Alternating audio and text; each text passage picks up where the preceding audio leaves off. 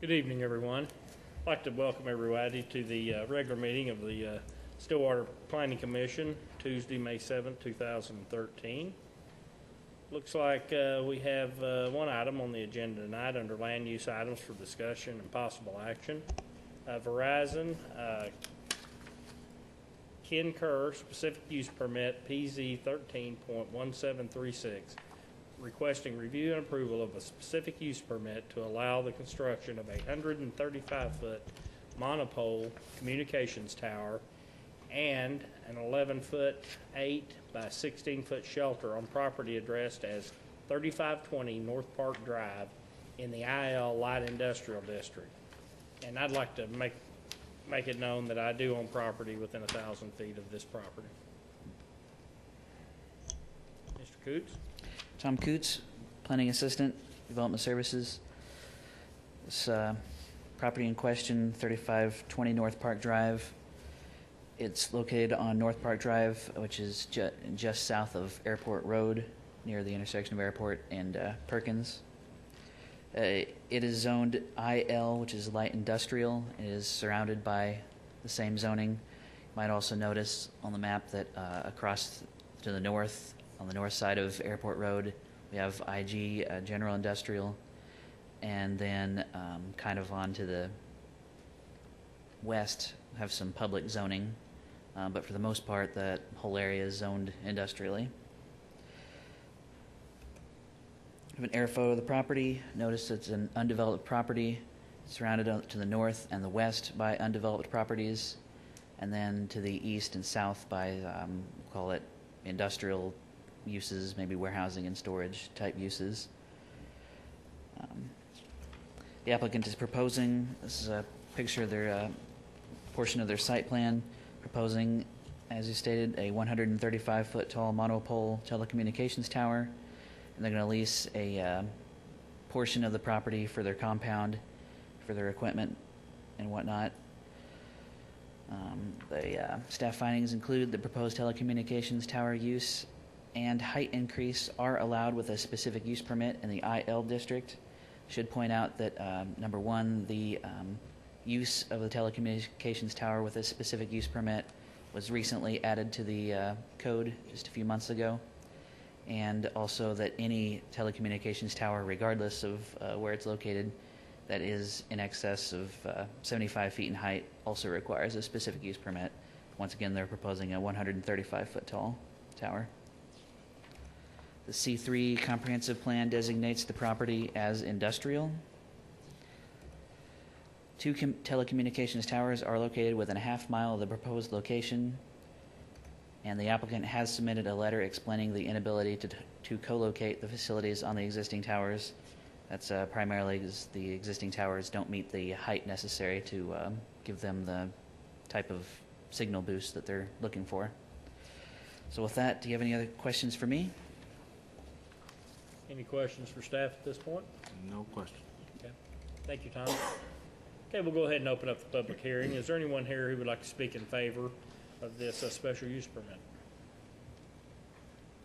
And if you would, please state your name and address for us. Yes, my name is Ken Kerr. I'm an attorney for Verizon Wireless. I submitted this application. My address is P.O. Box 720123, Oklahoma City, Oklahoma, zip code 73172. I just have not really a whole lot to follow up with Mr. Coots' explanation. We did obviously try to co-locate on the 2 towers within a half a mile. One of the towers is a one oak tower, which is not really even a telecommunications tower.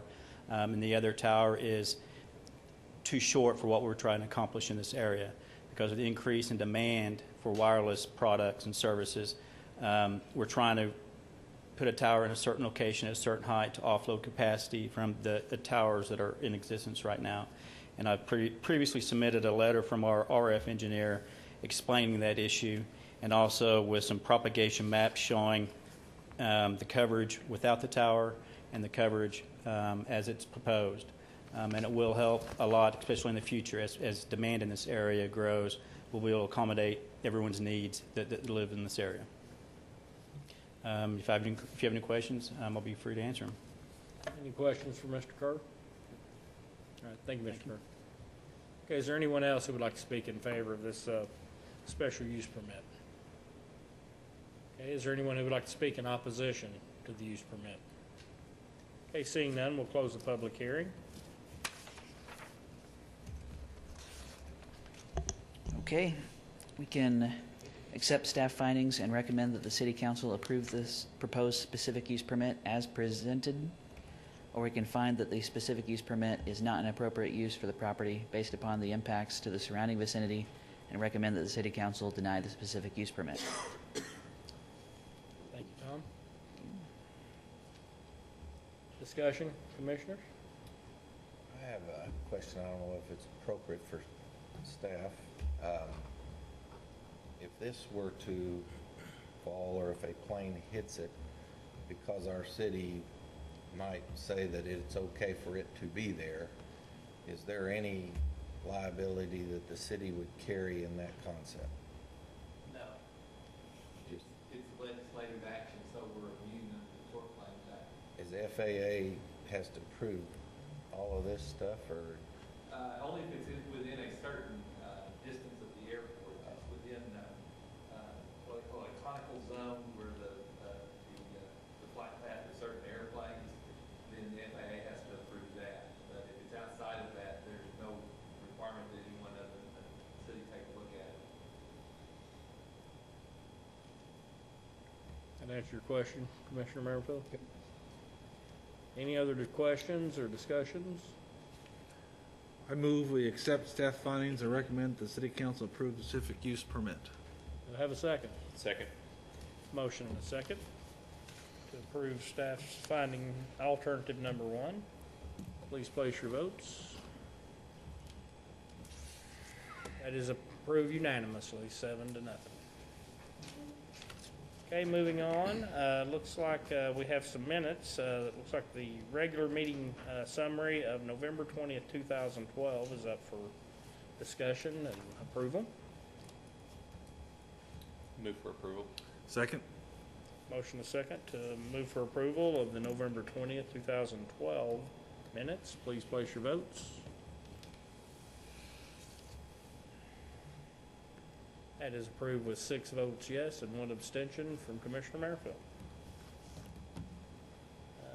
Looks like under miscellaneous items for staff for discussion and possible action, our next Planning Commission meeting is scheduled for May 21st, 2013. And with that, I would entertain a motion for adjournment from someone. I move we adjourn. Second. Motion and second to adjourn. Please place your votes.